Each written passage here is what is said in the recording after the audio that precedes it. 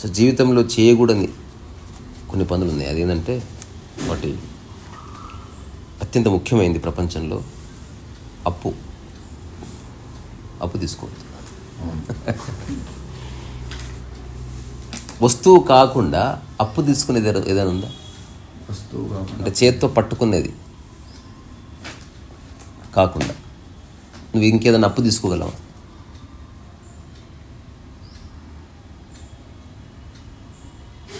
ఇప్పుడు ఇది అప్పు తీసుకోవచ్చు, పట్టుకుంటున్నావు కాబట్టి. కందిపప్పు అప్పు తీసుకోవచ్చు, చేత్తో పట్టుకుంటున్నావు కాబట్టి. పైసలు అప్పు తీసుకోవచ్చు, చేత్తో పట్టుకుంటున్నావు కాబట్టి. చేత్తో పట్టుకునేది ఏదైనా అప్పు తీసుకోగలవా? అవి తీసుకో అప్పు. జ్ఞానం, ఆనందం, ప్రశాంతత, దానికే మనం సత్సంగం అని పేరు పెట్టినాం. తిరిగి వచ్చేస్తుంది. నువ్వు తీసుకుంటుంది ఫిజికల్ కాదు కాబట్టి ట్రాన్స్ఫర్ అవుతుంది. ఇప్పుడు నువ్వు తోట దగ్గరికి పోయినావు, అక్కడ ఉన్న అందాన్ని నువ్వు తీసుకున్నట్టు, అట్లాగే నీ ఆనందాన్ని తోట తీసుకుంటావు. కనబడకపోవచ్చు. సో ఫిజికల్ ఫామ్లో ఉన్న వాటిని కనుక మనం తీసుకుంటే అది చాలా బర్డెన్ క్రియేట్ అవుతుంది అనేది ఒక అబ్జర్వేషన్. నేను నా జీవితంలో అస్సలు చేయకూడదని నిర్ణయించుకున్న ఒకనొక విషయం ఏంటంటే అప్పు. అడుక్కు తిన్నా సరే అప్పు మాత్రం చేయను. ఎలాంటి పరిస్థితుల్లో అయినా, చనిపోయే స్టేజ్ అయినా. అవసరం లేదంతే. ఇప్పుడు చనిపోయే స్టేజ్ వచ్చింది, కోట డబ్బులున్నా కూడా ఒక మనిషి బతకడం లేదు. బతికే అవకాశం ఉంది కొంత డబ్బు ఉంటే. అప్పుడు నువ్వు అన్కాన్షియస్ ఉంటావు, నీకు సంబంధం లేదు అది. అంటే అర్థం కాదు. నీకు అలాంటి సందర్భం వస్తే, నాకు అలాంటి సందర్భం వస్తే నాకు అదే తెలియదు. ఇక్కడ రెండు విషయాలు ఉన్నాయి. కన్సర్న్తో ఎవరన్నా వాళ్ళంతకు వాళ్ళు వచ్చి ఇచ్చారనుకో, అది అప్పు కిందికి రాదు. నేను అడగలేదు కదా. అట్లా చాలా వస్తున్నాయి. మరి ఎవరో ప్రసాదం పెడతారు, అప్ప అది. అట్లా ప్రసాద రూపేణ ఏదన్నా వస్తే ఓకే, అప్పుడు నీవు క్లెయిమ్ చేసుకోవడానికి లేదు. వచ్చింది, పని జరిగింది, ఉంటే ఉంటావు, పోతే పోతావు, అంతవరకు. సో సరే, నువ్వు అన్నది మరణ సమయంలో అదొక ఆప్షన్ పెట్టుకుందాం, పట్టు బతకాలి కాబట్టి, కర్మ బాలేక. కానీ ఇన్ జనరల్ లైఫ్లో అది అవసరం లేదనేది అబ్జర్వేషన్. అంటే ఈ మధ్యకాలంలో చాలామంది కలిస్తే ఈ ప్రస్తావన వస్తుంది, ఉన్నప్పుడు ఇవ్వచ్చు కదా అంటున్నారు. నేనేమో నేను తీసుకొని ఇవ్వనని నేను చెప్తున్నాను.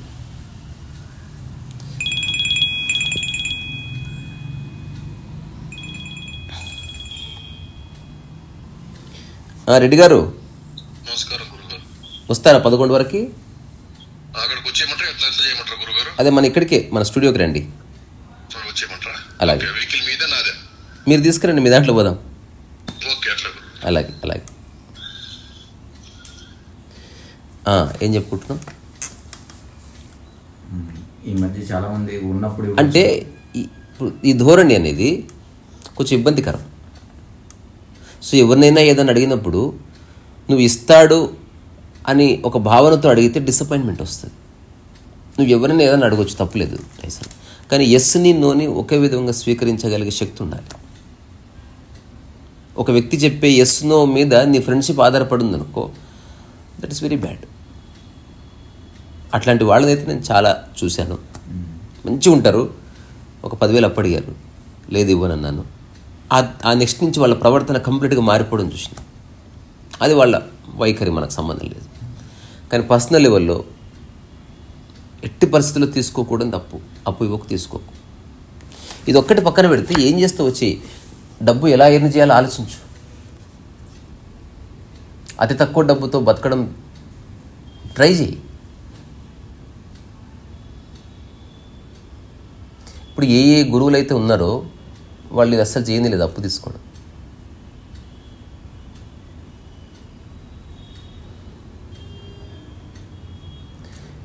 ఇప్పుడున్న మోడర్న్ గురూస్ అయితే పెద్ద పెద్ద కన్స్ట్రక్షన్స్ అవి చేయాలి కాబట్టి ఒక సెటప్ ఏర్పాటు చేసి ట్రస్ట్ కింద ఏర్పాటు చేసుకొని ఒక గొప్ప కాస్ట్ చూపించి డొనేషన్స్ తీసుకుంటున్నారు. అప్పు కాదు, అది కాంట్రిబ్యూషన్. నేను దాన్ని కూడా అగెనిస్ట్. అంటే బేసిక్ నీడ్స్ వరకు వేరు. మనం అనుకుంటే ఇప్పుడు ఒక థాట్ ఇవ్వచ్చు ఎవరికైనా, నేను భవిష్యత్తులో ఇలా చేద్దాం అనుకుంటున్నా, అది నా కోసం కాదు మీకోసం అంటే ఇవ్వచ్చు డబ్బులు. ఏమో నాకైతే అటువంటి వాటికి ఆసక్తి లేదు. చేసేవాళ్ళని తప్పనను, అవసరం లేదని మాత్రం. అయితే ఈ భూమికి కాస్త అందరినీ జోడించే కార్యక్రమం ఎవరిని చేస్తే మంచిది, చేయని. కానీ దానికి స్పిరిచువాలిటీకి ఏ సంబంధం లేదు. స్పిరిచువాలిటీ అనేది నీ ఇండివిజువల్ రైమ్లో కలిగిన ఒక రిఫైన్డ్ అండర్స్టాండింగ్ అంతవరకు. ఏది ఉంటే అది అనుభవించే ఒక ప్రజ్ఞ, ఒక స్థితి. సో లైఫ్లో కొన్నిసార్లు ఈ ప్రయోగాలు చేస్తే బాగుంటుంది. ఎవరైనా తక్కువ డబ్బుతో బతకడం, తక్కువ ఆహారంతో బతకడం, తక్కువ భోజనంతో బతకడం, తక్కువ మాటలతో బతకడం, ఇవి అన్నీ ఉన్నప్పుడే చేసి చూడాలి. లేనప్పుడు నువ్వు చేయడం మీరు. సో నిజమైన పనివాడు ఎవడు అంటే పనున్నా లేకపోయినా టూల్స్ని ఎప్పుడు రెడీగా పెట్టుకుంటాడు. అట్లా ఇవన్నీ నీ tools. So how to operate your self in the society, in the world smoothly. దానికి భూమికి ఎప్పుడే సిద్ధం చేసుకుంటే బాగుంటుంది. లేకపోతే నిజంగా సమస్య వచ్చినప్పుడు నీకు తెలీదు. నేను జార్జ్ గుడ్జిఫ్ జీవితంలో స్టోరీ చదివా. ఆయన ఒక టైంలో ఆశ్రమంలో ఒంటిపూట భోజనం పెట్టాడంట. కొంచెం కొంచెమే గంజి పోసాడంట. సో అందరికీ చాలా చాలా చాలా కోపాలు వచ్చేసింది. ఆయన స్ట్రాంగ్ అండ్ టాల్ మ్యాన్. ఆయన దగ్గరికి వెళ్ళి నేరుగా గల్లా పట్టుకొని ఎవడు అడిగేవాళ్ళు లేరు. కొందరు నిరసన వ్యక్తం చేశారు. గోడౌన్లో అంతంత సామాను ఉంది, తింటే ఏమవుతుంది అనేవాళ్ళు ఉన్నారు కదా. ఆ తర్వాత ఒక యుద్ధ వాతావరణం లాంటిది వచ్చింది. వీళ్ళంతా వలస పోవాల్సి వచ్చింది. సో ఒక కారవాన్ లాంటిది, కొన్ని బళ్ళు గిళ్ళు తీసుకుని అందరు నడుచుకుంటూ సేఫెస్ట్ ప్రదేశానికి వెళుతున్నారు. ఒక అడవికి అట్లీస్ట్ ఒక సంవత్సరం ఉండాలి. అక్కడికి వెళ్ళినాక తెలిసింది ఈయన ఎందుకు అట్లా చేశాడు. అప్పుడు తీసిపెట్టిన ఫుడ్ అంతా ఇప్పుడు పెడుతున్నాడు. అప్పుడు అందరూ వచ్చి కాళ్ళ మీద పడి క్షమించండి అంటే అప్పుడు స్పందించలే, ఎప్పుడు స్పందించలే. బుర్ర తక్కువ నాయాలను వదిలేసాడు అంతే. సో డబ్బు ఉన్నప్పుడు వృధా చేసి, డబ్బు లేకపోతే బాధపడి అసలు వృధా చేయని. డబ్బున్నది నీ అవసరాలని తీర్చే ఒక మూలకం మాత్రమే. ఫ్యాన్ అవసరం అంతవరకు డబ్బు. ఇప్పుడు ఫ్యాన్కి రౌండ్గా ఒక గోల్డ్ చేయించుకోవచ్చు కదా, అంటే డబ్బు వృధా అవుతుంది. సో ఇది ప్రతి ఒక్కరు ఆలోచించాల్సిన విషయాల్లో ప్రపంచంలో డబ్బు అనేది అత్యంత ముఖ్యమైనది. దాని గురించి ఒక క్లారిటీ వస్తే నీకు హాఫ్ లిబరేషన్ అయిపోతుంది. అంటే నీ మైండ్ ఫ్రీ అయిపోతుంది. అట్లీస్ట్ ఇప్పుడు జీవన సూత్రాలు పెట్టుకుంటారు. ఏదేమైనా నేను వెజిటేరియనే తింటాను, నేను ఏదేమైనా పరచింతన చేయను అట్లా అనుకుంటారు కదా. అట్లా ఇది కూడా ఫిక్స్గా ఏది ఏమైనా నేను అప్పు తీసుకుని అప్పు. అప్పుడు ఇలాగూ ఇది కంప్లీట్ క్లోజ్ అయింది కాబట్టి ఇప్పుడు నీ చేతిలో బోల్డ్ ఆప్షన్స్ ఉన్నాయి. భవిష్యత్తులో డబ్బు అవసరం వస్తుంది కనుక డబ్బు ఎలా ఎర్న్ చేయాలో తెలుసుకో. ఇదంతా ఎందుకు చెప్తున్నా అంటే ఈ పుస్తకం నువ్వు ఇచ్చిన తర్వాత ఇట్లా ఓపెన్ చేస్తే అందులో స్టేట్మెంట్ కనిపించింది, యాక్సెప్ట్ ద అన్సర్టెనిటీ. అంటే నీ లైఫ్లో అనిశ్చితి వచ్చినప్పుడు దాన్ని అంగీకరించు. ఎప్పుడు లైఫ్ నార్మల్గా వాతావరణం మనకు ఒక గ్రేట్ ఎగ్జాంపుల్. ఇప్పుడు ఎండ్ వచ్చింది, ఇప్పుడే వాన వస్తుంది అంటే మారుతూ ఉంటుంది. మార్పు జీవితం యొక్క మూల సూత్రం కదా. సో గొప్ప గొప్ప కంపెనీలు హఠాత్తుగా మూతపడిపోయినాయి. ఓ చిన్న కంపెనీ హఠాత్తుగా అయింది, ఫేమస్ అయిపోతుంది, దాని షేర్స్లో బాగా వచ్చేసి. సో ఒకటి ఎంతో ప్రమోట్ చేసిన ఒకటి క్లిక్ కాదు, ఒకటి ఏం పట్టించుకోకుండా ఎక్కడో ఉంటే దాన్ని వెతికి మరి తీసుకుంటాను. అలాంటివన్నీ జరుగుతున్నాయి. సో నువ్వు అనుకున్నంత మాత్రం ఏమీ జరగదు. కానీ నువ్వు ఎలా ఉండాలో అని నువ్వు అనుకుంటే పర్సనల్ లెవెల్లో ఖచ్చితంగా జరుగుతుంది. సో ఎన్ని ఉన్నా ఒక మినిమలిస్టిక్ లైఫ్ని కనుక నువ్వు లీడ్ చేయగలిగితే లైఫ్ సాధారణంగా సాదాసీదాగా సహజంగా చాలా బాగుంటుంది. అసలు అది నువ్వు ఎలాంటి దేశకాలమాన పరిస్థితుల్లో అయినా నువ్వు జీవించే ఒక అవకాశాన్ని ఇస్తుంది. Because you understood the core of life. ఇప్పుడు ఒక ఎనిమల్ ఉంది, ఎంత మినిమలిస్టిక్ లైఫ్ ఉంటుంది దాన్ని. సో లగ్జరీ అనేది వస్తువులో లేదు. ఒక తెలివిలేని వాడికి వస్తువులో కనిపిస్తుంది లగ్జరీ. నా దగ్గర కారు ఉంది, నా దగ్గర ఏసీ ఉంది, ఐఎమ్ ఏ లగ్జరీ. నువ్వు లగ్జరీ ప్రొడక్ట్స్ పెట్టుకున్నావు అంతవరకు. లగ్జరీ అంటే ఏమిటి? ఏది ఉంటే అది అనుభవించే సామర్థ్యం. దట్ ఈజ్ అల్టిమేట్ లగ్జరీ అన్నమాట. వర్షం వస్తే సంశయం లేకుండా వర్షంలో తడిచావు, దట్ ఈస్ లగ్జరీ. ఈరోజు ఆహారం దొరకలేదు, ఈరోజు ఆటోఫేజ్ ఉపవాసం ఉంటాను, సంశయం లేదు, లగ్జరీ. మనం షోకి వెళ్ళాము, మొత్తం బట్టలు ఉతికితే ఆరలేదు, మాస్త బట్టలు వేసుకుని పర్ఫామ్ చేసినావు. ప్రపంచంలో ఎవరికంత ఓపిక లేదు. నువ్వు ఏ బట్టలు వేసుకున్నావు, ఒళ్ళు కప్పుకుంటే చాలు. ఆ ఉన్న వ్యక్తి అనుభవించేది ఏంటి? ఏ ఉన్న వ్యక్తి? ఇప్పుడు లగ్జరీ అయిన వస్తువులు ఉన్నాయి కదా, వాటితో అనుభవించే అతను తెలియదు. అది అంటే ఇది మిద్దంగా చెప్పలేము. వస్తువు ఉంది అన్న ఈగో ఉంటుంది అంతే చాలామంది.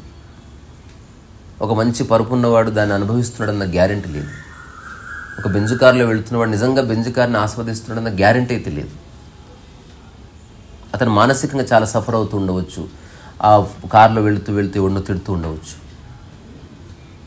There is no guarantee that నీ దగ్గర అన్ని వస్తువులు ఉన్నా నువ్వు ఆనందంగా ఉంటావున్న గ్యారెంటీ లేదు. ఆహా, నీ దగ్గర కోట్ల సంపద వచ్చినా నువ్వు ఆనందంగా ఉంటున్న గ్యారెంటీ అయితే లేదు. ఎందుకంటే దాని యొక్క అంతఃశ్రోత నీ యొక్క మనసులో ఉంది, నీ అండర్స్టాండింగ్లో ఉంది. ఇప్పుడు డబ్బు ఉంటేనే ఆనందంగా ఉంటామంటే రమణ మహర్షి అసలు ఆనందంగా ఉండే అవకాశమే లేదు. అది ఎలా తీసుకోగలుగుతాము? డబ్బు ఏది లేకపోయినా అది అవసరం అంతవరకు. ఇప్పుడు చెప్పులు అవసరం అంతవరకు, అవునా? సో చెప్పులకి నీ ఆనందానికి ఏం సంబంధం? చెప్పులు వేసుకుంటే ముళ్ళు గుచ్చుకోవు, అంతే. నీ అవసరం అంటే నీ అంటే అంతవరకు తప్ప నువ్వు చెప్పులు వేసుకుని నిరంతరం ఆనందంగా ఉండడం ఏముండదు. అవసరం తీరిందంతే. ఆ అవసరం వల్ల కొంత సంతోషం ఒక క్షణమే, ఆ తర్వాత మర్చిపోబడుతుంది మైండ్. సో నిరంతరం చెప్పుల్ని గుర్తుపెట్టుకుంటావా నువ్వు? సో ఎవరైనా సరే చెప్పులు చూపిస్తావా? నా చెప్పులు చూపించావు కదా. ₹1,00,00,000 చెప్పులైనా సరే చెప్పులే. చెప్పుల పర్పస్ ఏమిటి? అది కదా కీలకం. నీ కాలికి రక్షణ ఇవ్వడం. ఏసీ పర్పస్, ఫ్యాన్ పర్పస్ గాలి ఇవ్వడం అంతే. నువ్వేం చూస్తున్నావు అనేది పాయింట్. సో ఇది ఎవరికి వాళ్ళు ఆలోచించుకోవాల్సిన విషయమే. అంటే మనం సిద్ధాంతీకరించలేము, కానీ ఫిజికల్గా ఉన్న వాటిని మనం అప్పు తీసుకుంటాం, దాంతో సమస్యలు వస్తాయి. అంటే నీ సమస్య తీరకపోగా కొత్త సమస్య వచ్చేసింది ఆల్రెడీ. అట్లా కాకుండా భవిష్యత్తులో సమస్యలు వస్తాయి ఎవరికైనా, నాకైనా రావచ్చు, నీకైనా రావచ్చు. సో మనం ఈ ప్రపంచంలో ఉన్నందుకు డబ్బు ఎలా ఎర్న్ చేయాలి పాజిటివ్గా, లీగల్గా, మోరల్గా అనేది ఆలోచించుకొని ఒక మార్గం ఏర్పాటు చేసుకోవాలి. సో నీ దగ్గర ఎంత డబ్బు ఉందో ఆ మేరకు అవసరాలు క్రియేట్ చేసుకుంటే చాలా బాగుంటుంది. తర్వాత డబ్బు పట్ల ఇంట్లో సత్యం చెప్పాలి. అంటే డాంబికాలకి వాటికి వెళ్ళకూడదు. పిల్లలకి ఫస్ట్ నుంచి నిజం చెప్తూ రావాలి. నా స్థాయి ఇంతే నాన్న, నేను ఈ విషయాలు చేయలేను అని చెప్పగలిగితే దే అండర్స్టాండ్. అప్పు తీసుకొచ్చైనా సరే మనం సినిమాకి వెళ్దాం, పిల్లల ఆనందం ముఖ్యం కదా అంటే అది మెల్లగా బాధకు దారి తీయచ్చు. సో మన చుట్టుపక్కల ఉన్న వాళ్ళని మిత్తులో ఉంచడం కరెక్ట్ కాదు. So be truthful to yourself and speak the truth. ఇది నీ స్థితి ఏమిటో అది చెప్పి చూడండి. సత్యం అంటే అంతే. నువ్వు దాన్ని ఎక్కువ చెప్పట్లే, తక్కువ చెప్పట్లే.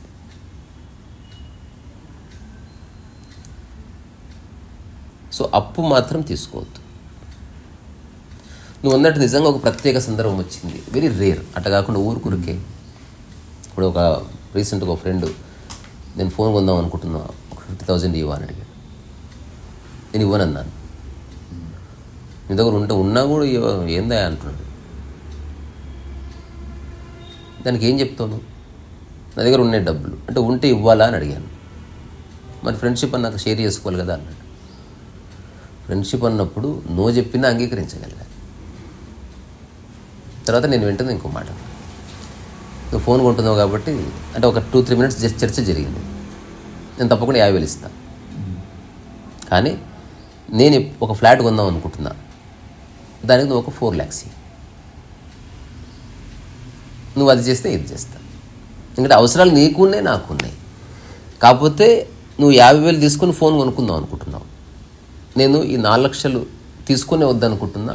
ఫ్లాట్ లేకపోయినా పర్వాలేదు, నా దగ్గర couple of lakhs వస్తే నేను కొనేస్తే ఇప్పుడు ఫ్లాట్. అదేదో చిన్నది ఒక గది. సో మా అమ్మకి ఎప్పటి నుంచో సొంత ఇల్లు కావాలంది కాబట్టి అదొక ఆలోచన. నాకు ఏదైనా ఒకటి ప్రపంచంలో చిన్న సెక్యూరిటీ అనుకో. నాకు అలాంటివి ఏమీ లేవు, బట్ ప్రపంచంలో కాబట్టి ఊరికి నామకే వాస్తాయి. ఏం బంకింగ్హామ్ ప్యాలెస్ అయితే కొంటలేను కదా, కోట ఇల్లు అది. ఏ ఇంట్లోనే హ్యాపీ ఉండడం తెలుసు నాకు. అక్కడితో కాన్వర్జేషన్ అండి. నేను అతతో మెసేజ్ పెట్టాడు, నువ్వు మంచి ఫ్రెండ్ అనుకున్నా, అవసరానికి ఉపయోగపడలే అన్నాడు. నేను పర్వాలేదు, ఇట్స్ ఓకే. ఇది జస్ట్ ఇన్ఫర్మేషన్ అనేది చెప్తున్నా. అంటే ఒక వ్యక్తి నో అనగానే మన ఫ్రెండ్షిప్ పోతుందా చెక్ చేసుకోవాలి. నేను చెప్తున్నా చాలా 90% పోతుంది. నువ్వు ఎస్ అని అంటడం ఉద్దేశంలోనే అడుగుతావు, ఒక ఉత్సాహంలో. నువ్వు నో అనగానే ఘోరంగా డ్యామేజ్ అయిపోతుంది, హర్ట్ అయిపోతుంది.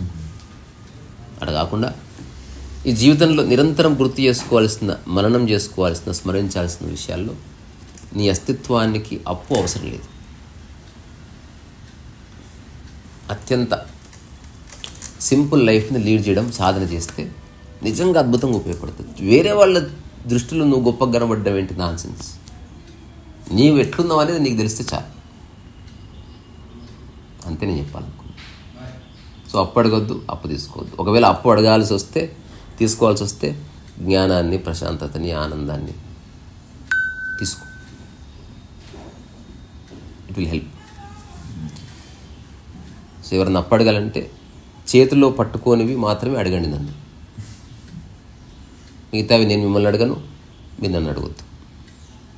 రీసారా సురేష్.